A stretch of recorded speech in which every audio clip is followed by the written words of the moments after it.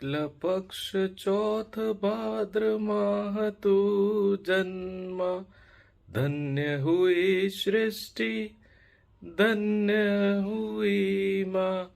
विघ्न हरे भक्तों के जो भी करे सेवा, कोटि कोटि आशीष पुत्र चिरंजीवा।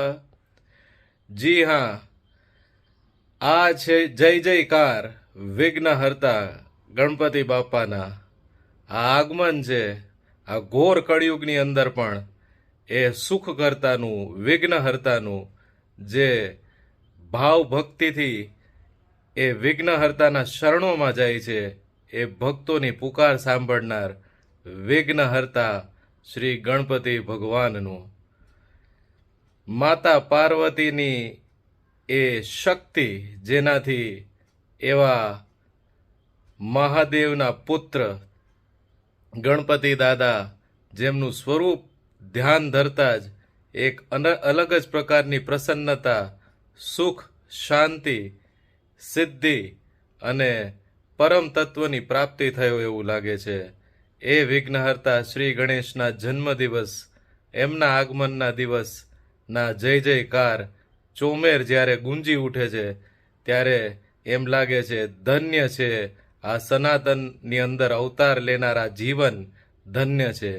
આ ઘોર કળિયુગની અંદર જ્યારે તાણ, ઉચાટ, સંઘર્ષો ચારે કોર એક જીવને ઘેરી લે છે, ત્યારે વિઘ્નહર્તા ગણપતિ બાપા મોર્યા એમના વિઘ્નો હરે છે.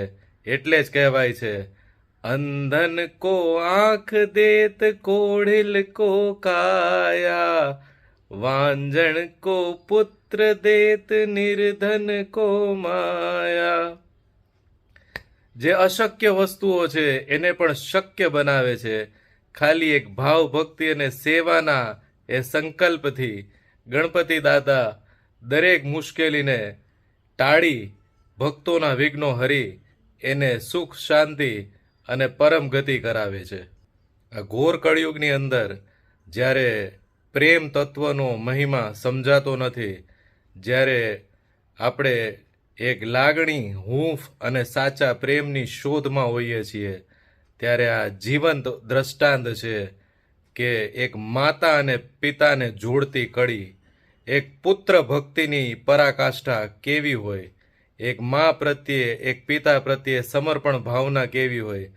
અરે જેનું જીવન, જેનું કર્મ જ માતા પિતાની આજ્ઞાનું પાલન કરીને જીવન નિર્વાહ, જીવન જીવી જાણવાનું અને આ જગતનો ઉદ્ધાર કરવાનું છે, એ લંબોદર, એ વિઘ્નહર્તા આવી રહ્યા છે. ત્યારે એમના આગમનની ઘડીઓ આપણે ગણી રહ્યા છીએ, ત્યારે એક સનાતની હોવાની સાથે એક ગર્વ અને અભિમાનની લાગણી પ્રસરી રહી છે.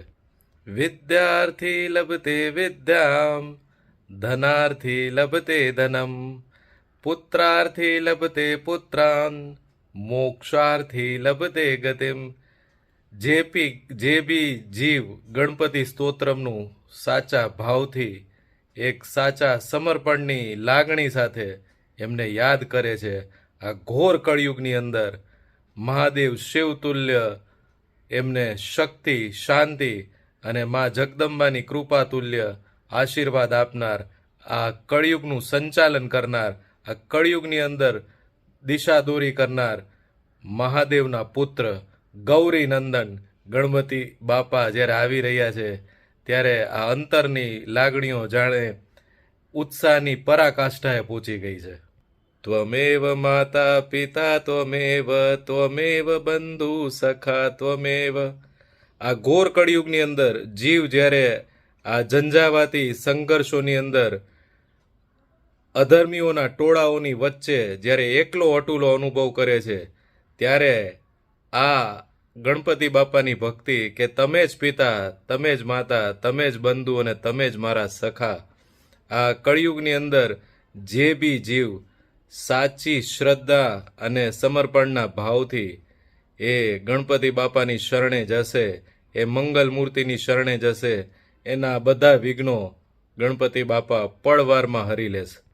આ જીવ જગત જે ભૌતિકવાદની અંદર વધુ ને વધુ એની આટી ઘૂંટીઓમાં ગૂંચવાતું જાય છે, પ્રેમ લાગણી જ્યારે સ્વપ્ન જેવા લાગે છે, સ્વતંત્રતા મુક્તિ અને મોક્ષ જ્યારે ખૂબ જ અશક્ય દેખાઈ રહ્યા હોય છે, ત્યારે વિઘ્નહર્તા સુખ કરતા સિદ્ધિ વિનાયક અષ્ટવિનાયક ગણપતિ બાપાના સ્મરણ માત્રથી, એમના સાનિધ્યમાં જવાથી, એમની પૂજા કરવાથી, એમના મહાઆરતી અને ભજનો ગાવાથી, એમની કથા સાંભળવાથી દરેક જીવનું કલ્યાણ થાય છે.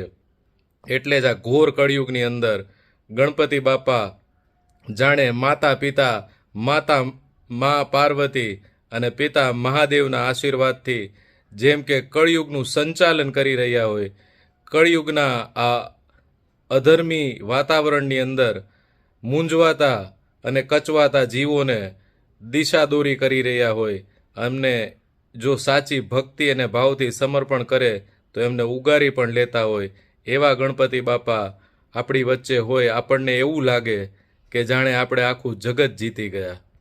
માં કેવી હોય, પિતા કેવા હોય, અને એના પુત્ર તરીકે જે સમર્પણ ભાવ છે, માતા પિતાને જોડતી કડી એટલે મહાદેવના પુત્ર ગૌરી નંદન વિઘ્નહર્તા ગણપતિ બાપા, એમના જય જયકાર કરવાનું જ આપણને સદૈવ મન થાય રાખે. અને જે ઘરમાં ગણપતિ બાપા વિરાજમાન હોય ત્યાં રિદ્ધિ અને સિદ્ધિને આવવું પડે, ત્યાં કુબેરે ધનના ઢગલા કરી દેવા પડે. એટલા માટે જ ગણપતિ બાપાનો મહિમા આ ભૌતિક જીવનની અંદર ભૌતિક સુખ સાધન અને સંપન્નતાને ટકાવી રાખવા માટે પણ અનેરો છે. ગરીબ હોય કે ધનવાન વ્યક્તિ હોય, માનસિક કે શારીરિક પીડાથી, જન્મો જન્મ અને ભવની પીડાઓથી પીડાતો વ્યક્તિ હોય, કોઈ પણ વ્યક્તિ ત્રાહિત અનુભવતો હોય, ત્યારે ગણપતિ સ્તોત્રમનું પઠન પૂરા શ્રદ્ધા ભાવથી કરે તો એ વિઘ્નહર્તા અવશ્ય આવે છે. એટલે જ વિઘ્નેશ્વરાય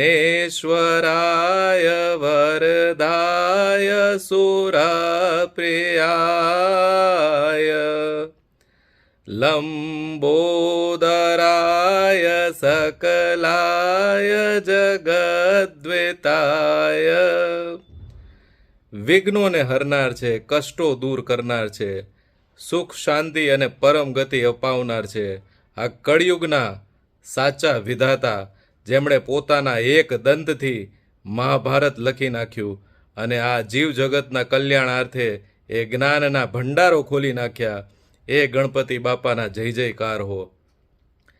આટલો ઉત્સાહ, આ અનેરી ચમક અને આ તેજ, હજારો લાખો કરોડો સૂર્ય સમાન તેજોમય પ્રકાશવાન જો કોઈ શક્તિ છે, જેમના ઉદરની અંદર જે એટલે કે લંબોદર છે, જેની અંદર આ આખું બ્રહ્માંડ આખું જગત સમાઈ જતું હોય, એ જ તો શિવ અને પાર્વતી એટલે કે શિવ અને શક્તિના એ ગૌરી પુત્ર, એ મહાદેવ પુત્ર ગણપતિ બાપા, અને એમના જય જયકાર કરવાનો અવસર એટલે ધન્ય નહીં, અભિમાન કરવાની લાગણીનો અવસર.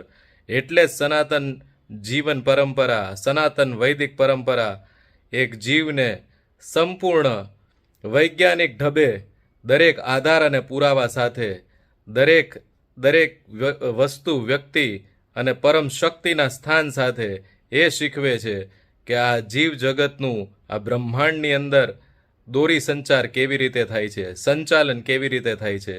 એટલા માટે જ આ ગણપતિ બાપાના આગમનના પાવન અવસર નિમિત્તે આપણે સનાતન વૈદિક પરંપરા અને ગણપતિ બાપાને યાદ કરીને આપણે ગર્વ અને અભિમાનની લાગણી અનુભવીએ અને એવું ઈચ્છીએ કે ગણપતિ બાપા બધા વિઘ્નો હરી આ કળિયુગને પણ સતયુગમાં ફેરવી મહાદેવ અને મા પાર્વતીના એ પાવન આશીર્વાદ આપણા સુધી લઈ આવે.